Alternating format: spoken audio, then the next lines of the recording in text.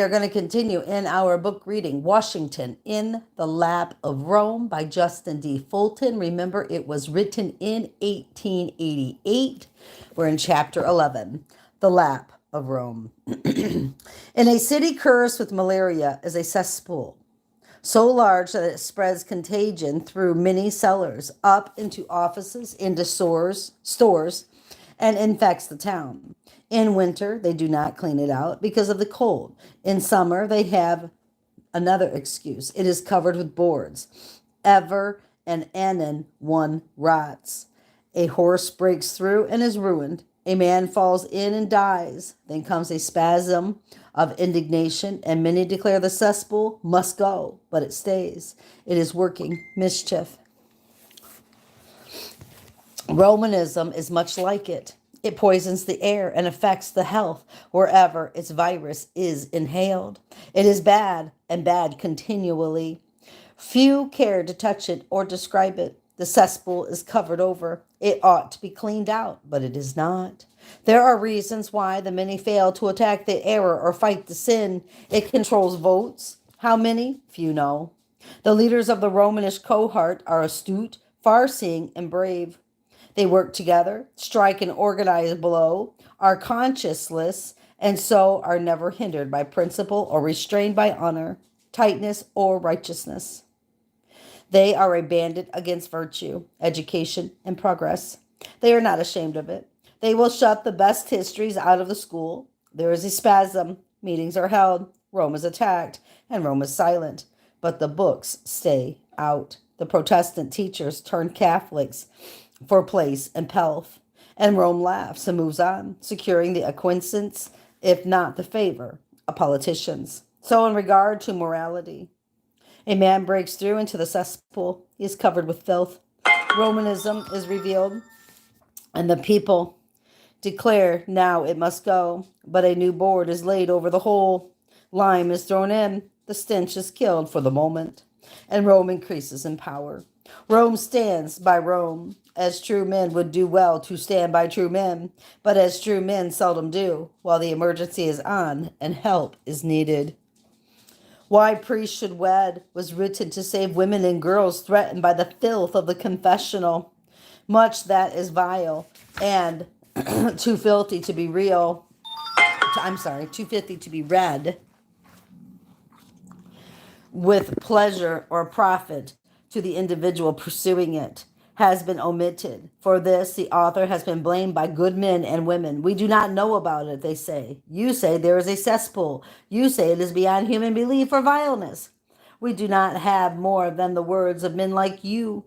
The offensive matter is looked up in Latin. It is beyond our reach. This thing of Romanism concerns Americans. Romanism is doing all in its power to capture the United States. It will succeed unless the truth be told concerning it. Such is the view of good Christian men. Romanism is bringing forth as bad fruit in Washington as elsewhere. Assaults are made on virtue. Nunneries are used as assassination houses there as elsewhere, because Romanism lived there. I'm sorry, what is wrong with my... Forgive me. Let me start that paragraph all over again. Help me, Father. Romanism is bringing forth as bad fruit in Washington as elsewhere. Assaults are made on virtue. Nunneries are used as assassination houses there as elsewhere, because Romanists live there as elsewhere. This ought to be brought to the attention of the people if they are to be delivered. It is fashionable to speak of Romanism as a part of the Christian world. Encyclopedias do it. So do ministers of evangelical denominations. It is a shame that this is true, yet true it is. Romanism is the mystery of iniquity. It is a horrible stench in the nostrils of humanity, born because of the lack of power to remove it. Hated of God, it is yet to be hated of man. But in the meantime, the people have a battle to wage with error and a duty to discharge. Romanism must be exposed. Uncover the cesspool, and it will bring upon itself destruction. In Why Priests Should Wed, Dins and LaGuardia were quoted, and all that could be decently written was put into type. And a challenge was sent forth asking Romanists to deny it if they could, or for Congress to appoint a commission to investigate the charges brought against the priesthood of the Roman Catholic Church because of the practice of auricular confession, and to demand persons and papers competent in evidence to declare whether such confessional is calculated to pollute the minds of the people and undermine the foundation of our republican institutions. Thousands and tens of thousands of these petitions were signed and sent to and read in the Senate and the House of Representatives, and nothing has been done about it.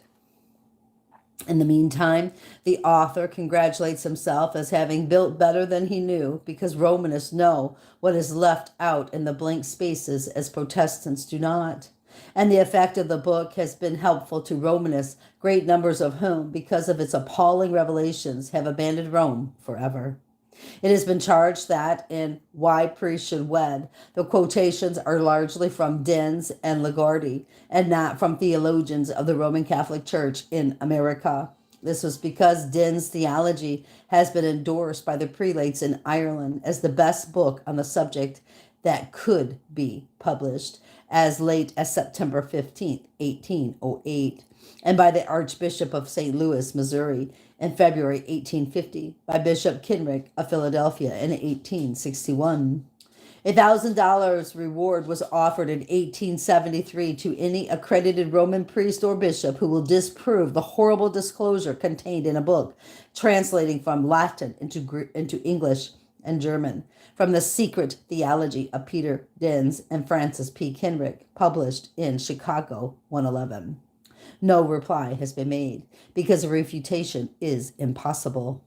The truth is not hidden, but it is not scattered. Show what Romanists are, what they teach, and how they live, and decent people will cut loose from it. And the president, unless he be lost to all self-esteem and sense of decency and the respect of mankind, would as soon walk the street with a painted representative of the house, which is the way to hell, going down to the chambers of death, as to lock arms with the red-robed cardinal, the representative of the harlot of the Tiber. It is not necessary to confine attention to the works of Dens and Laguardi. John Hughes, Archbishop of New York, and Francis Patrick Kenrick, Archbishop of Philadelphia, have sanctioned all the vileness of the past and sent forth contributions as vile as any that preceded. These are accessible in the book Theology in Use in the Theological Seminary and Sacred Theology for Students by Francis Patrick Kenrick, are descriptions of adulterers with the mouth, page 130, of the manner in which the marriage bed is to be used and is defiled. Number 6, I believe that's page 917, and suggestions concerning intercourse too filthy to be written, of the sin of evading offspring and the means employed to produce the result of the guilt of sodomy, and how the sin is committed between husband and wife, page 916, of the sin of rendering oneself impotent, and much more in the same strain. Parish priests and other confessors provided for. Because this is frequently denied, we quote in full number 8 of luxury. If, however, it should be foreseen that pollution will ensue from some cause that is necessary or useful or advantageous to somebody, although the mind is adverse to it, there is no sin, so long as there is no danger in consenting to it. Hence, even though involuntary pollution should be foreseen, it is proper for 1, parish priests and also other confessors to hear. Hi, Stefan. Okay, let me keep going.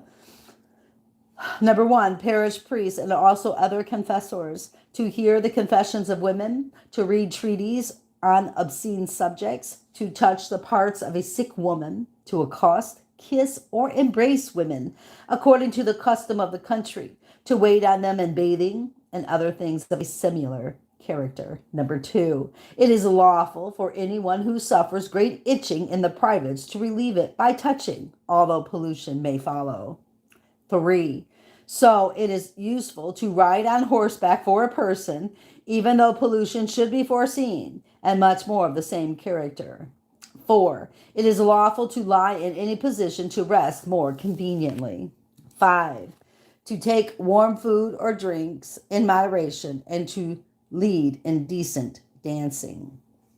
Into this lap of Rome book, the parish priest is given absolute control of the bodies of the women of the Roman Catholic Church and all others he may capture. LaGuardia grants a priest 2 women a month. Kenrick permits a lascivious scoundrel to gratify his lustful inclinations. When wife or daughter is the victim, does not the permission give in the theology place the entire church under suspicion? Somebody's daughter, somebody's wife, shut up with the priest in the confessional or in his home is his victim.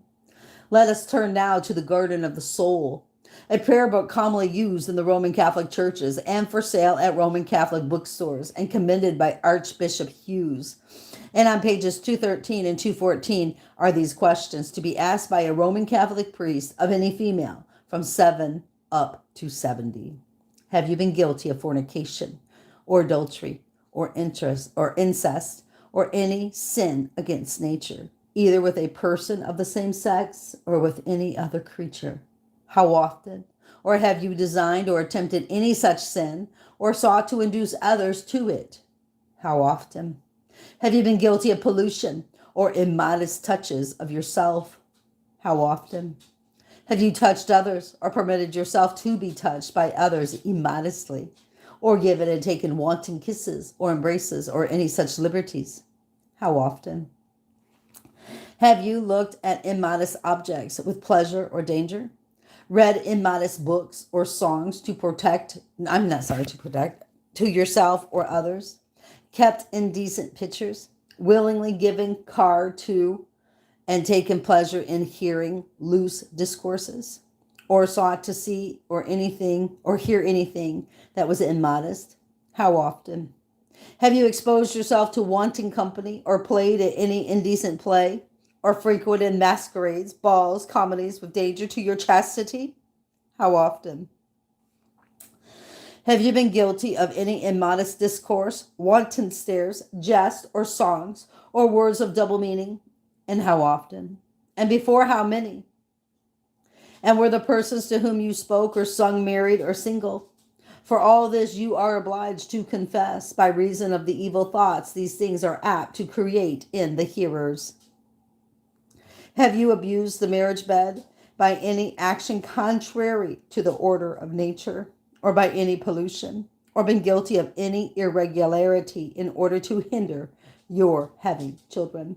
How often? Ways to ascertain all this are pointed out by Bishop F.P. Kenrick in the Theology, which every priest must study. Have you, without just cause, refused the marriage debt? And what sin followed from it? How often? Have you debauched any person that was innocent before? Have you forced any person or deluded anyone by deceitful promises, etc., or designed or desired to do so? How often? Have you taught anyone evil that he knew not of before, or carried anyone to lewd houses, etc.? How often? Have you willingly taken pleasure in unchaste thoughts or imaginations, or entertained unchaste desires? Were the objects of your desires maids or married persons or kinfolk or persons consecrated to God? How often? Have you taken pleasure in the irregular motions of the flesh, or not endeavored to resist them? How often? Have you entertained with pleasure the thoughts of saying or doing anything which it would be a sin to say or do? How often? Have you had the desire to design of committing any sin? Of what sin? How often? Can an unmarried priest ask these questions of women of his flock, full of life, of blood, of impure thoughts, without finding out all he wants to know to ascertain where victims for his lust abide? These questions are asked in every town where is a Roman Catholic church, and lives growing out of them are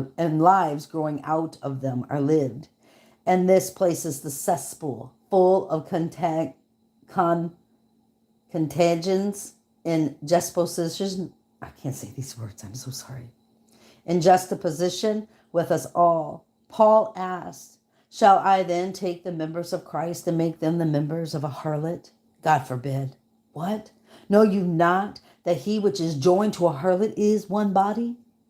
The fact is apparent. Whoever tolerates Romanism tolerates harlotry of the worst and vilest descriptions.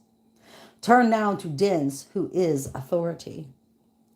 A confessor has seduced his penitent to the commission of carnal sin, not in confession, nor by occasion of confession, but from some extraordinary occasion. Is he to be denounced? A. No. If he had tampered with her from his knowledge of confession, it would be a different thing, because, for instance, he knows that person from her confession to be given to such carnal sins. Imagine a girl fallen through the misconduct of a priest. She becomes alarmed. She goes to another confessor to tell her story. Confessors are advised not lightly to give credit to any woman whatsoever accusing their former confessor, but first to search diligently into the end and cause of the occasion, to examine their morals and conversation. In other words, break down the witness.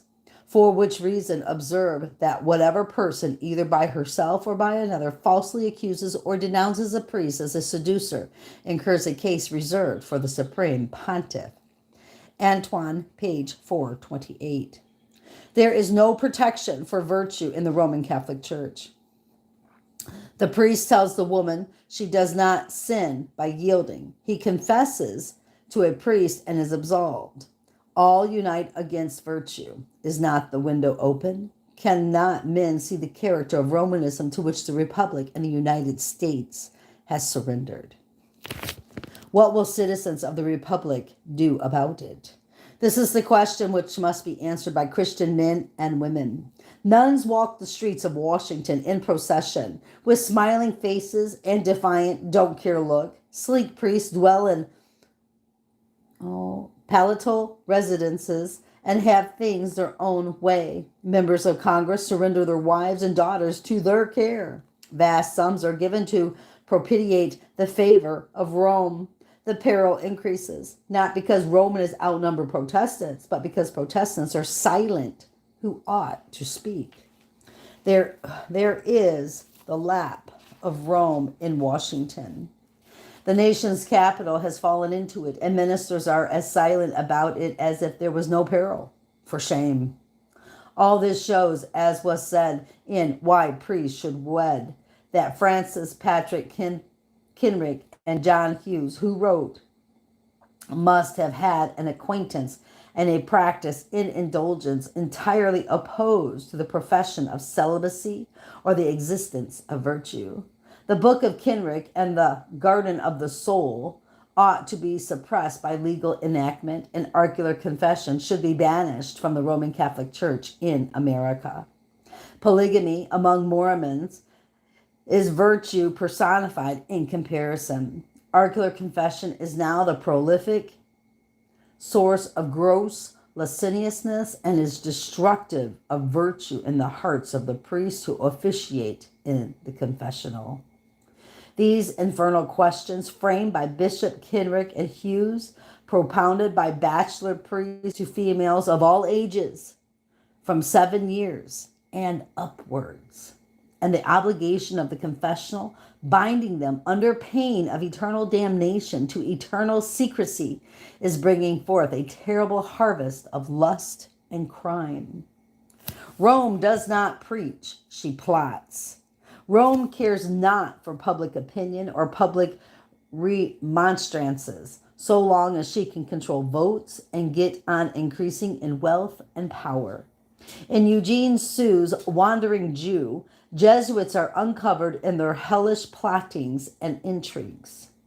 The American of today ought to read that book of yesterday, for it reveals what practices, what machinations, what slavery, what abject ruin confronts the young men who shall give themselves to the control of the Jesuits in the American University now being built at Washington. One of the most beautiful characters in literature is Gabriel the priest, an orphan placed in the care of a good and honest Catholics, if such there are, is surrendered by them to the Jesuits because of the facts which came to them concerning property on the way to a certain family, which the Jesuits determined to obtain and hold. As a result, for years, the plottings go on that orphans may be robbed and good and innocent people may be deprived of their rights. Of the general course of education, it is not necessary to speak.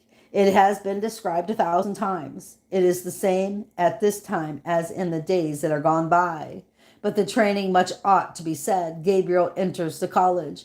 He says, on the day of my joining it, the superior said to me, in pointing out two of the pupils a little older than myself, these are the companions with whom you are to associate.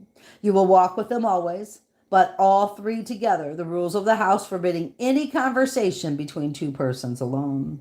The students from the Jesuit College in Washington go in threes, not in twos. Americans see it and do not fight it. Trained to be spies. The same regulation enjoins that you should listen attentively to what your companions may say in order that you may report it to me. For those dear children may have, unknown to themselves, evil thoughts, or may contemplate the committing of a fault. But if you love your comrades, you must apprise me of their evil inclinations in order that my parental remonstrances may spare punishment by preventing offense. For it is always better to prevent a fault than to punish it.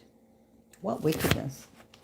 It happened sometimes after that I myself had been guilty of an infraction of the rules of the house, on which occasion the superior said to me, my child, you have deserved severe punishment, but you shall be pardoned if you will promise to detect one of your companions in the same fault that you have committed.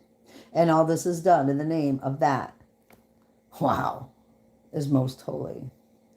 Gabriel, ashamed of such conduct, asked if it were wrong to be an informer. The answer, a student has no right to discriminate between right and wrong, and only to obey. That to the confessor belong the responsibility. Uncovers the fetters that binds those under the control of Jesuits. His life was spent in an atmosphere of terror, of oppression, and suspicious watchings. Every effort is made to close the heart against all the gentle and tender emotions, to make of every young man a sneak, a hypocrite, a traitor. Lying follows in the wake of such teaching. According to the Constitution of the it's pretty much Soviet. Constitution of the Society of Jesus. This is trivial. Now, let us see the outcome. The education in the college is finished. Into the seminary, Gabriel went, comparatively innocent. He was now to be prepared for the holy ministry. Let us see how the work goes on. You placed in my hands a book, he said, containing the questions that a confessor should put to young men, to young girls, to married women, when they presented themselves at that tribunal of penance. My God, exclaimed Gabriel, trembling. I shall never forget that terrible moment. It was in the evening. I withdrew to my room, taking that book with me, composed, as you told me, as one of the fathers, and revised by a holy bishop. It is impossible, said Eugene Sue, writing for the French, to give even in Latin an idea of the infamous book. Said Mr. Given in his bold, excellent work of the Jesuit and the I experienced considerable embarrassment in commencing this chapter, as it has to treat of a book that is impossible to translate and difficult to cite from its text. Because the Latin insults modesty by its plain speaking, I must therefore crave the indulgence of the reader, and will promise him to return to withhold as much obscenity as I can. Further on, in reference to the question imposed by the Compendium, Mr. Given exclaims with generous indignation, what then must be the conversations that pass in the retirement of the confessional between the priest and a married woman? I forbear to say more. The author of the discoveries of the Bibliophilist, after having literally cited a great many pages from this horrible catechism, says, my pen refuses to proceed further in this encyclopedia of every baseness, and I am sorry that it has gone so far, but I can only say that though a mere copyist, I feel as much horror as if I had been touching poison. And yet, nevertheless, it is this horror that gives me courage. In the Church of Jesus Christ, agreeably to the order established by the divine will, that evil is good, which leads one from error, and the more prompt the remedy, the more it is efficacious. Morality can never be in danger so long as truth raises its voice and makes itself heard. Gabriel describes the effect upon him as he read the book. Full of respect, confidence, and faith, I opened its pages. At first, I did not understand it, but at last I did. Struck with shame and horror and overcome by astonishment, I had hardly strength to close with trembling hand this abominable textbook. I immediately came to you, my father, to ask pardon for having involuntarily cast my eyes on its pages, which by mistake I supposed you had put into my hands.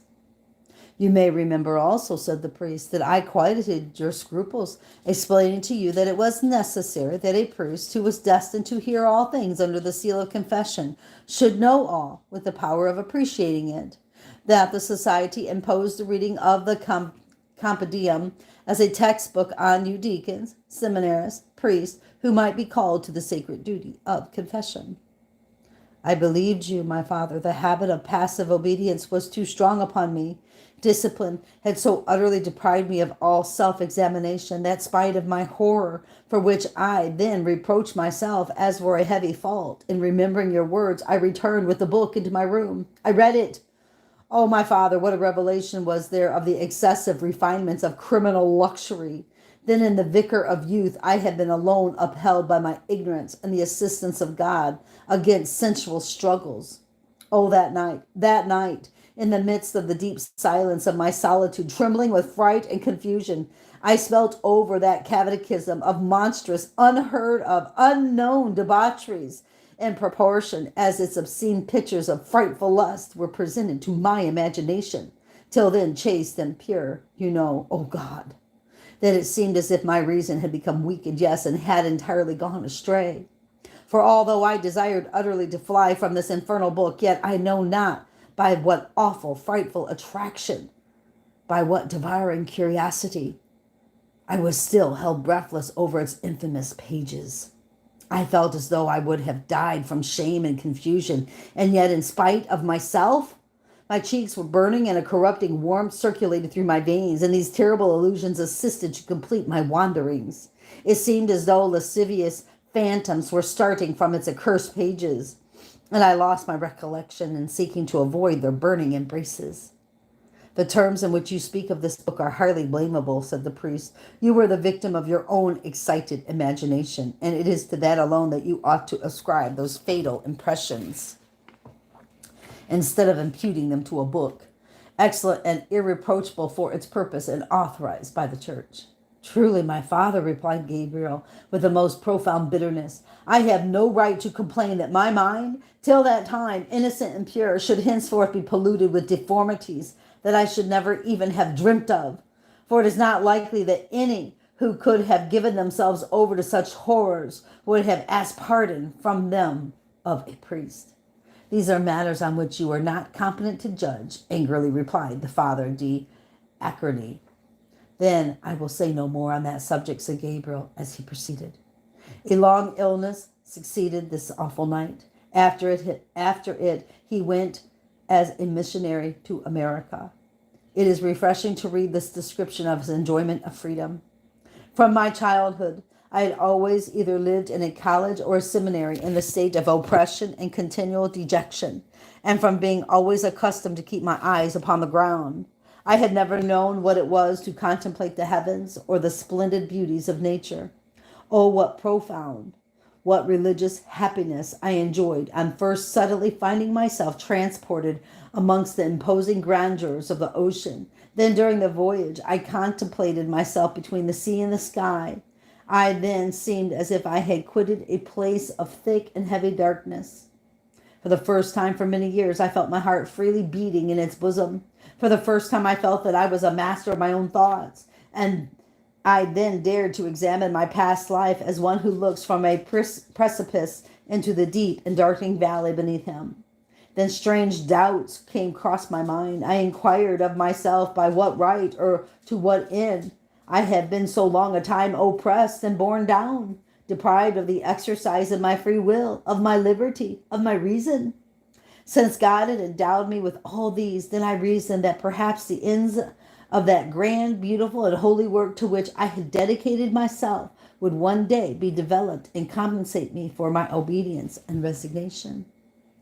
On my arrival at Charleston, South Carolina, the superior of the establishment in that town, to whom I had communicated my doubts as to the object of the society, took upon himself to clear them up. With a fearful candor, he unveiled their ends, not perhaps as understood by all the members of the society, of whom a great many partook of my ignorance, but such as the principles of it and undeviatingly pursued from the foundation of the order. I became terrified. I read the causes. Oh, my Father, what a new and frightful revelation for me, when at every page of these books written by the fathers I read an excuse, indeed a justification of robbery, calumny, violation, adultery, perjury, murder, regicide, as follows. Violation: he who, either by force, menace, fraud, or inopportunity, seduces a virgin without promise of marriage, must indemnify the girl or her relative for the wrong that may result from it by giving her a dowry by which she may get a husband, or marrying her himself, if he cannot otherwise indemnify her. If, however, the offense remains an absolute secret, the seducer is not bound to make any restitution. This is Romanism. Adultery: if anyone has a guilty connection with a married woman, not because she is married, but because she is handsome, setting aside the circumstances of her being married, such connection, according to many authors, does not constitute the sin of adultery, but merely that of fornication. After reading this, Gabriel said, when I thought within myself that as a priest of the God of charity, of justice, of pardon, I yet belonged to a society whose chiefs propounded such doctrines and boast of them, I made an oath before God to break forever the bonds by which I was attached to it. Is it possible that Jesuitism has improved? Is such a school or university? Oh, I'm so sorry, guys. I really wish I would have turned the notifications off. Okay. I belong to a society whose chiefs proponed such doctrines and boasted of them. I made an oath before God to break forever the bonds by which I was attached to it. Is it possible that Jesuitism has improved? Is such a school or university a desired desideratum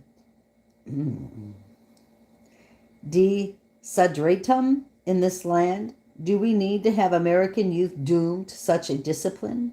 Father Chinequai declares that students in this land seek to escape the sea of nastiness. The effect of such teaching is horrible. It undermines and degrades manhood. It is time that this truth was brought home to the consciences of men. They have got to be made to see that Romanism is not a religion, but a plot, an adjunct of hell, and that it has nothing whatsoever to do with heaven. Now, it is admitted that the most revolting and degrading scene of the confessional is of the prescribed treatment of females. On the mind of every Roman Catholic, the conviction is fastened that damnation is sure to come to those who go to confession and do not confess every sin they have committed. Further, that if a female appears modest, the confessor is instructed that her modesty must be overcome, or else he is authorized to deny her absolution. But it has been well asked, what modesty in a young lady or any other person is in danger of being offended if the priest's conduct is directed by God's word? For then he would think of and practice not, but whatsoever things are true, whatsoever things are honest, whatsoever things are pure, whatsoever things are lovely, and whatsoever things of a good report. It is, however, because of the opposite of those things, especially in things that we pure, that the modesty of the most hardened sinner must at times be shocked in the confessional. Of course, we need not be surprised to learn that a young lady can be offended there. Indeed, in looking over a pamphlet containing lengthy extracts from theological works used in seminaries, not in Ireland, but in the United States, that part of the confessional having reference particularly to females in single life, in marriage state, and in widowhood, it is impossible to conceive of anything more vile, more outrageously offensive and abominable to any mind not steeped in the lowest depths of sensualized life. Ought not these facts be placed within reach of the fathers and mothers whose children are exposed to such peril because the Roman Catholic Church is permitted, unmolested, to do its hellish work? Approach it and try to write the words, and the hand pauses, the heart sickens, and it seems impossible to proceed. How husbands can allow their wives to go to confession, fathers or daughters, brothers or sisters, or how an intelligent and thoughtful people can look with favor upon the building of an institution in which these debasing and polluting utterances are taught, passes comprehension. The Reverend Pierce Connolly, a domestic chaplain to the Earl of Shrewsbury, in a letter published in the London Times, says, I have had experience in the confessional from princes downward and out of it, such as perhaps has fallen to the lot of no other living man, and my solemn conviction is that a celibate priesthood, organized like that of Rome, is an irreconcilable hostility with all good human interest. I have seen clerical inviolability made to mean nothing less than license and impurity. I have read to the simple-minded carnal prefect of the propaganda a narrative written to a pious lady friend by a respected Roman priest of such enormities of lust in his fellow priests around him that the reading of them took away the breath to be answered. Cairo, Mayo. Know it. I know it all, and more and worse than all, but nothing can be done. I have known a priest practice Laguardi on his client simply as an amateur of wickedness, apparently without conscious malice, just as he would try poison upon dogs and cats.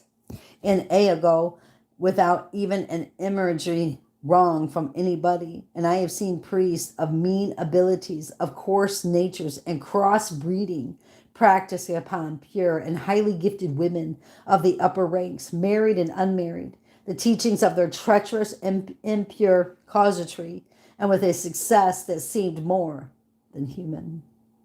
I have seen these priests impose their pretended divine authority and sustain it by mock miracles for ends that were simply devilish. I have had pour into my ears what can never be uttered and what ought not to be believed, but was only too plainly true.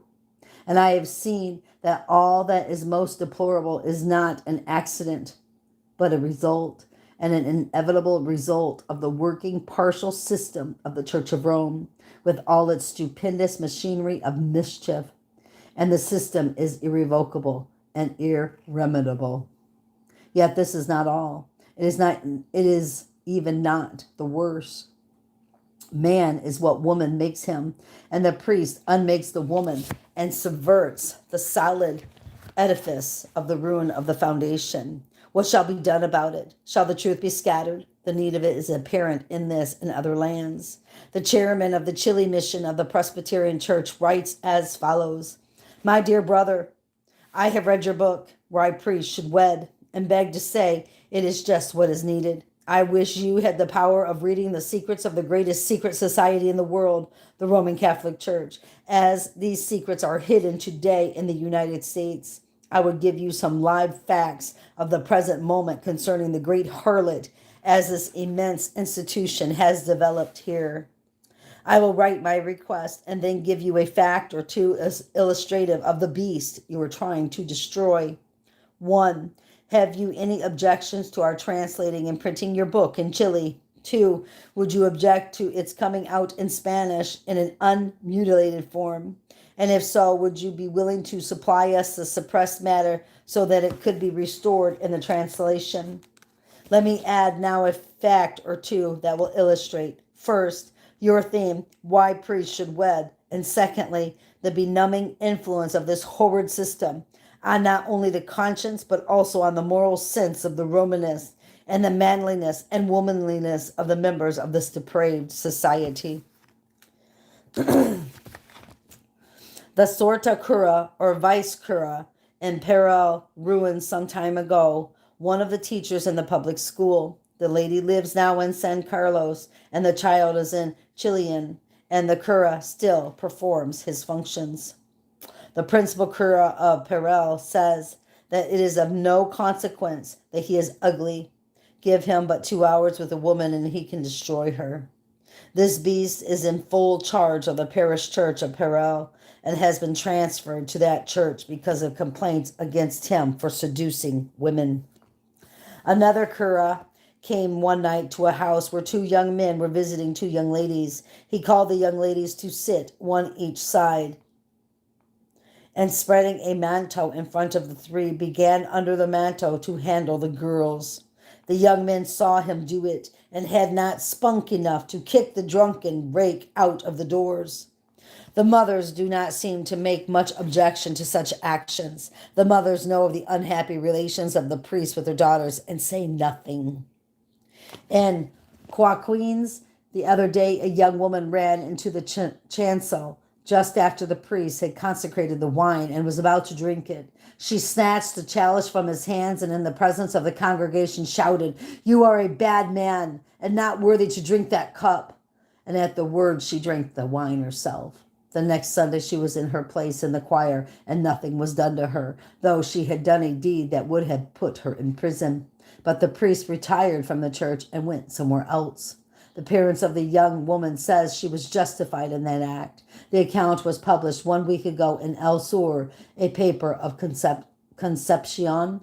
It was not long ago that the bishop of Concepcion was the reign of the ruin of a young woman of high parentage. The facts were known to all Concepcion, but the bishop still served. The mouths of friends were hushed. The bishop has since died of cholera.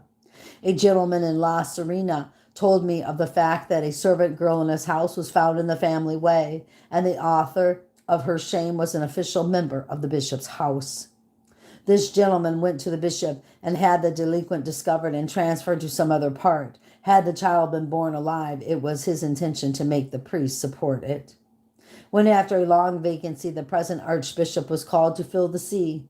At the installation or consecration, a woman was observed to hold a child of 2 years up above the crowd, and was heard say to it, "That man, the new archbishop, is your father." She was followed to her house, and it was discovered that she was indeed a mistress of the high functionary. This account was published, and the address of the one who noted the fact given, yet no notice was taken of it. Not a single Roman Catholic paper said a word or referred to it, much less uttered an indignant denial and demanded proof or the punishment of the slanderer. Crazy. Your book covers a wider ground and deals also with fundamental questions in such a way that we would see it in the hands of every intelligent Romanist, and for this reason have written you. I am J.M. Ellis, Santiago, Chile, S.A., May 4th, 1888, Casella, 912.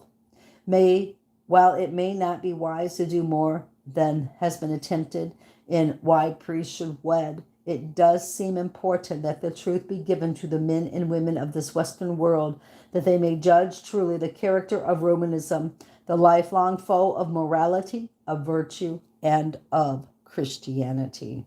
That is insane, you guys. I had crazy. I believe that's the book, if I'm not mistaken, 50 Years in the Church of Rome, that Charles Chinekai was talking about, but he did not get to give me the name. And so I was searching, and now I'm going to search for that book. I don't know if it's still in print or not. I don't know if I really want to read it, so I'll probably have to pray for and ask the Father first, should I read it or not? There's some things, you know what, it's truth, but you may not want to read it anyway. You know, God knows. I don't. So keep your eyes on Jesus, brothers and sisters. Your nose in the book, which is the Word of God, and embed the Word of God upon the tablets of your hearts, so you and I will not sin against God or be deceived. I love you all so very much. Have a wonderful, wonderful day.